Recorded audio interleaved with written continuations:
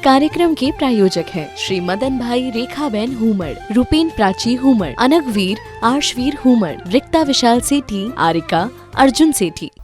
तीर्थ यात्रा तुम्हें वैराग्य नहीं करवाएगी, अस्पताल की यात्रा तुम्हें वैरागी बना सकती है, उसकी संभावना है।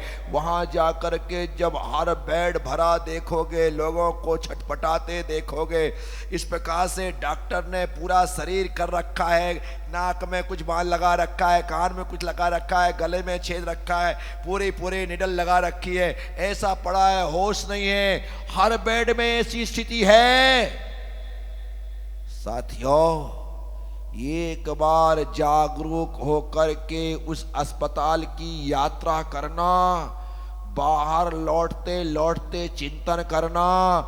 मैं कहता हूं यदि सम्यक चिंतन किया तो उसी दिन वैराग्य हो जाएगा। मेरे पास आकर के कहोगे गुरुदेव हमने अस्पताल में जाकर के असली पाताल के दर्शन कर लिए हैं, अब मैं मरने के बाद पाताल नहीं जाना चाहता, अब मुझे शरण दे दो और मेरा उद्धार कर दो। वैराग्य का स्थान है। शमशान जाओ, वैराग्य का स्थान है। अस्पताल जाओ, वैराग्य का स्थान है। छोटे मोटे हॉस्पिटल में नहीं तो वही डॉक्टर डीके जैन के यहां घुस जाओ, यहां कुछ नहीं होने वाला है। यहां तो सर्दी जुकाम बुखार वाले पेशेंट आते हैं। आपको जाना है तो अपोलो में जाओ, एम्स में जाओ, कोकिला बेन में जाओ, वहां जाकर के देखना, पता लगेगा कि क्या स्थिति है। हम तो बहुत अच्छे हैं, अभी तो तुम जरा सी बीमारी से, गुरुदेव बहुत कमर में दर्द हो रहा, कोई उपाय है क्या? बहुत घुटने में दर्द होता, कोई उपाय है क्या? सिर में दर्द बना रहता, ओ कोई उपाय है क्या? क्या है? कोई बीमारी नहीं है। बीमारी देखना है तो वहां जाकर के देखो कि बीमारी क्या होती है। बहुत पुण्यवान हो तुम कि तुम्हें यहां पर बैठ करके भगवान की भक्ति, गुरु की सेवा और धर्म के श्रवण करने का अवसर प्राप्त हो रहा है। अपने आप को बीमार मानना ही मत, बीमार वो हैं जो एडमिट है। साथियों, इतनी सी बीमारी पर ऐसा मुंह बना लेते हो कि जैसे तुम आज ही निपटने वाले हो। जरा सा गैस का पेट में दर्द उठता है, ऐसा पकड़ लेते हो, ऐसा लगता है जैसे अपेंडिक्स फट गया हो। है इतना सा दर्द उठा, बताओगे अपेंडिक्स का। सिर में जरा सा दर्द हुआ, ऐसा पकड़ लोगे जैसे ब्रेन हेमरेज हो गया। क्या पागलपन है।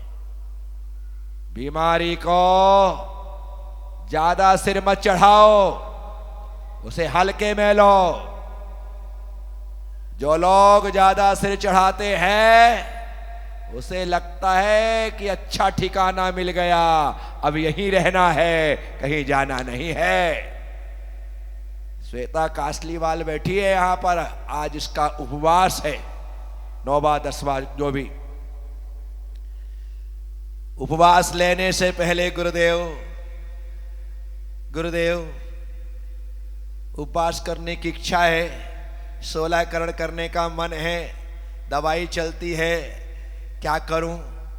परिवार वाले बोलने लगे कि महाराज से नहीं हो सकता। हिम्मत तो करो, ना तुम्हें बीपी की गोली याद आएगी, ना तुम्हें शुगर की गोली याद, जरूरत ही नहीं है। डॉक्टरों ने जबरदस्ती तुम्हारे पीछे मुसीबत लगा रखी है।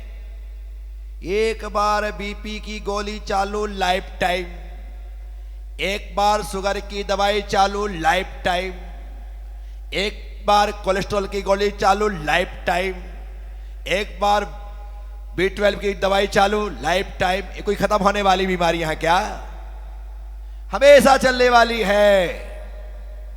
दवाइयों से बचकर रहना, जितनी कम लेनी पड़े उतनी कम लेना। आपकी दवाई बिकती की चिंता मत करो आप। क्या कम से मेडिकल है उनका, इसलिए बोल रहा हूं। क्या कम से कम दवाई, ज्यादातर अपने भोजन को सुधारना। भोजन सुधर गया तुम्हारा स्वास्थ्य सुधर जाएगा। लोग भोजन सुधारते नहीं है और कहते हैं कि दवाई छूट जाए। नहीं, मैंने बड़े बुजुर्गों के मुंह से सुना, वो कहते हैं गुरुदेव आज मेरी उम्र 78 साल की हो गई, मैंने एक गोली नहीं ली, कभी सुई नहीं लगवाई। 78 साल की उम्र में एक सुई नहीं लगी, एक गोली नहीं लगी, कैसे जी लिया? तुम्हारा किचन ही औषधालय है। तुम्हारा उसमें रखा हुआ जीरा, उसमें रखा हुआ धनिया, उसमें रखी हुई हल्दी, उसमें रखी हुई मेहंदी, उसमें रखी हुई दालचीनी, उसमें लगी हुई काली मिर्च, उसमें रखी हुई लौंग, उसमें रखी हुई इलायची, उसमें रखे हुए ये सारी की सारी चीजें, वो तेज पान पत्ता, वो मीठा नीम, ये सब जितनी चीजें हैं ये मसाला नहीं है, ये सब औषधि है। क्या है? क्या है? तुम मसाला समझ करके खाते हो, इसलिए बीमार हो जाते हो।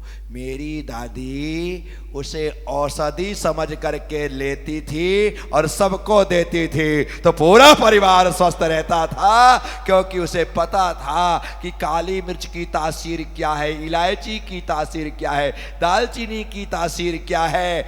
उसे पता था धनिया कब देना है, जीरा कब देना है, सौंफ कब देना है, उसे पता था और उस हिसाब से वह उन चीजों को देती थी। इसलिए परिवार के लोग स्वस्थ रहते थे। और अभी तो हमें क्या पसंद है? फास्ट फूड, जंक फूड, क्या पसंद है? चाइनीज, ये हमारी पसंद है, जिसमें मैदा की भरमार है और मैदा पेट में जाकर के आंतों से लिपटता है। हमारी माँ पापड़ भी देती थी तो आधे से ज्यादा नहीं देती थी, बस आधा पापड़ खा लो, क्योंकि उसे पता है कि पापड़ भी चिपकने वाला है, दांत में चिपक जाता है, तालू में चिपक जाता है। जो दांत और तालू में चिपक रहा है वो आंत में भी चिपक जाएगा। तो माँ को पता था कि कितना देना है, आधा ही देना है, उतना ही देती थी। विचार करो, उसके पास अनुपात था। अभी तो हम भोजनालय में जाकर, रेस्टोरेंट में जाकर के बैठते हैं, शुरुआत में ही 1-2 पापड़ निपटा जाते हैं, और भीतर जाएगा तो सबसे पहले खाली पेट में पापड़ गया, बढ़िया आंतों में जाकर के शानदार चिपक गया। अब तुम कुछ भी खाओ बेटा, षडांधी पैदा होने वाली है, आप घर आओगे डिहाइड्रेशन हो जाएगा, उल्टियां होंगी, दस्त लगेंगे, और यार मजा ऐसा हो गया। क्यों? तुमने मुसीबत मोल ले ली। मत करिए। तो आपका घर ही औषधालय है, आपका किचन ही औषधालय है। सब दवाइयां वो वर्णियों में भरी हुई है। सेंधा नमक चलता था पहले, आजकल तो आयोडीन युक्त चाहिए। वो समुद्री नमक जो कि जहर है, पहले सेंधा नमक जो खान से निकलता है, जमीन से निकलता है, वह नमक दिया जाता है। नमक कम से कम खाना, ऊपर से नमक कभी नहीं खाना। क्या? ऊपर से जो सीधा नमक डाल रहे, आप जीरा मंड का उपयोग कर लो भले मसाला युक्त, लेकिन सीधा नमक जो सफेद है कभी नहीं। फीका खा लो, लेकिन ऊपर से नमक भोजन में जाता है, भोजन को विषाक्त कर देता है, जहरीला कर देता है, खाने योग्य है ही नहीं। चाय में, दूध में शक्कर कम है, ऊपर से नहीं मिलाना कि मिला करके 2 चम्मच और घोल दिया, नहीं। जो पकते समय पहले पक जाए तो ग्रहण करने जैसा है, लेकिन बाद में डाला जाता है तो वो कच्चा है, वो खाने योग्य नहीं। यही तो संयम है। आपने यदि इन सब चीजों को समझ लिया तो बढ़िया है, आप एकदम स्वस्थ और तंदुरुस्त रहेंगे, अन्यथा बीमारियां घेरे रहे। तो साथियों, मैं आप सबसे कह रहा हूं, संयम रतन संभाल, विषय चोर बहु फिरत है। ये विषय चोर, कर्म चोर लगातार हम पर प्रहार कर रहे हैं। हमारे स्वास्थ्य रूपी धन को, हमारे सुख रूपी धन को, हमारे संयम रूपी धन को ये छीनने के लिए तैयार खड़े हैं। तो साथियों, उत्तम संयम धर्म बैलेंस बनाने की बात करता है। कोई भी चीज कितनी भी पसंद क्यों ना हो, लिमिट से ज्यादा नुकसानदेह ही होती है। इससे ज्यादा नहीं खाना। मैं बाजार भी गया खाने के लिए, आपने कुछ खा भी लिया तो 4 पानी पूरी से ज्यादा नहीं। आपने देखा जब शादी विवाह में पानी पूरी के ठेले लगते हैं, महिलाओं को ऐसा लगता है जैसे जिंदगी में पहली बार खा रही है। पूरी भीड़ वहीं पर रहती है। बर्फ का गोला जहां रखते हैं, पूरी भीड़ वहीं पर रहती है। क्या हुआ साथियों? नहीं, अनलिमिटेड कुछ नहीं होना चाहिए। हर चीज लिमिट में हो तो आप स्वस्थ और तंदुरुस्त बने रहेंगे। थोड़ी चीजें आप ग्रहण करो, कोई चीज नुकसान नहीं करती है। आप कोई चीज ज्यादा खा लेंगे, वह चीज निश्चित रूप से आपके तकलीफ दे हो जाएगी। तो साथियों, संयम का मतलब यही है, हमारे भोजन में संयम हो, हमारे वचन में संयम हो, हमारे जीवन में संयम हो, हमारे व्यवहार में संयम हो, हमारे हर कार्य में संयम हो। संयम लेकर के चलो, कहीं से कहीं तकलीफ नहीं है। मैं संयमी तरीके से बोलूं, सबको स्वीकार है। मेरी वाणी असंयमित हो जाएगी, किसी को स्वीकार नहीं। इसीलिए इस बात को जो समझ लेते हैं वे लोग, संयम की वजह से जीवन को सुखमय बना लेते हैं। 10 लक्षण पर्व चल रहे, लोगों ने 5 उपवास करने की हिम्मत की, 3 उपवास करने की हिम्मत की, 10 उपवास करने की हिम्मत कर रहे, 16 उपवास करने की हिम्मत कर रहे। गजब हो गया।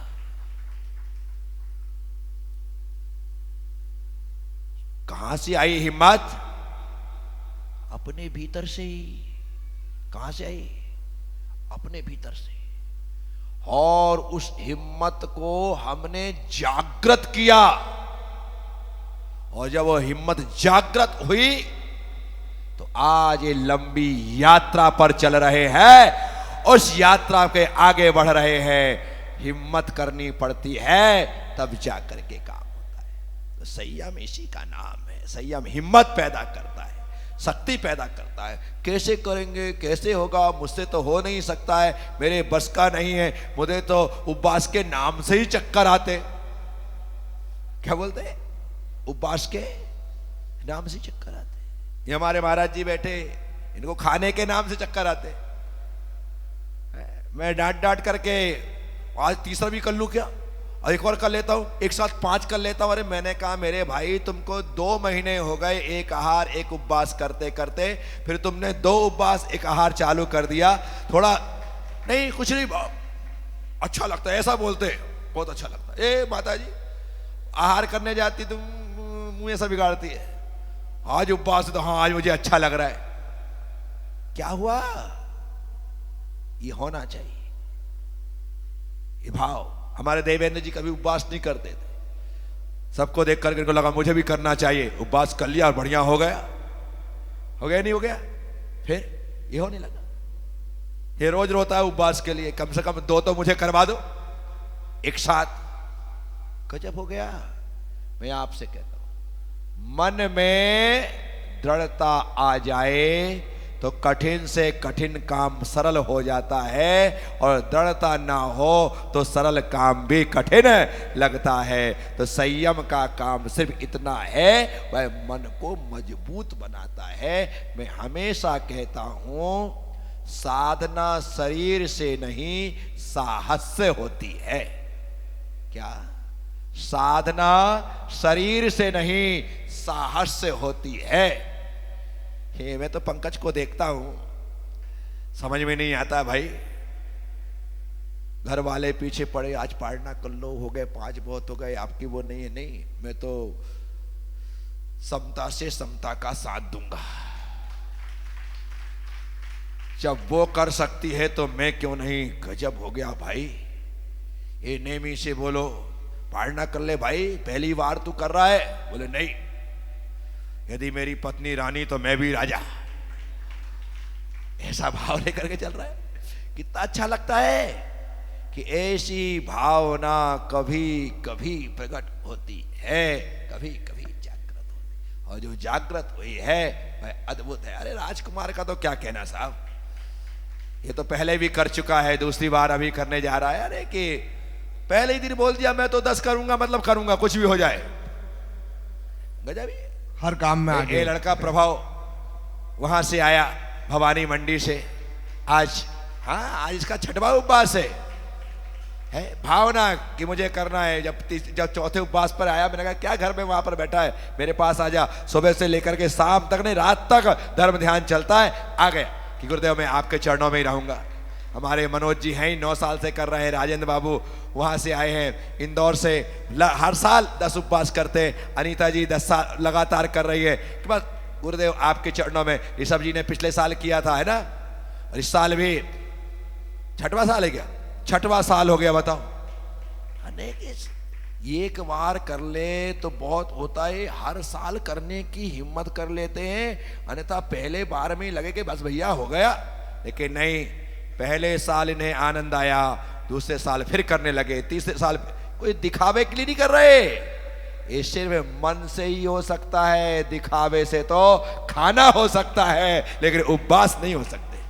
दिखावे में उपवास, और यदि कोई लगेगा हाँ दिखाने के लिए कर रहा है तो चल आज से तू चालू हो जा, तो भी दिखा दे 5, नहीं कर सकते।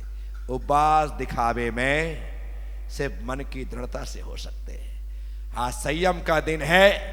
मैं आप सभी लोगों को मंगलमय आशीष देता हूं, शुभाशीष देता हूं कि आपकी तपस्या ऐसी ही चलती रहे, साल साल चलती रहे, हर साल चलती रहे। आप हमेशा तपस्या में अग्रणी रहे, बस यही भावना भाता हो। तो संयम रतन संभाल, संयम रतन को ही संभालना है। आपने इसे संभाल लिया तो समझना आपने लोक को, परलोक को, सबको संभाल लिया। बस ओम नमः, सबसे क्षमा, सबको क्षमा। जय गुरुदेव, जय महावीर।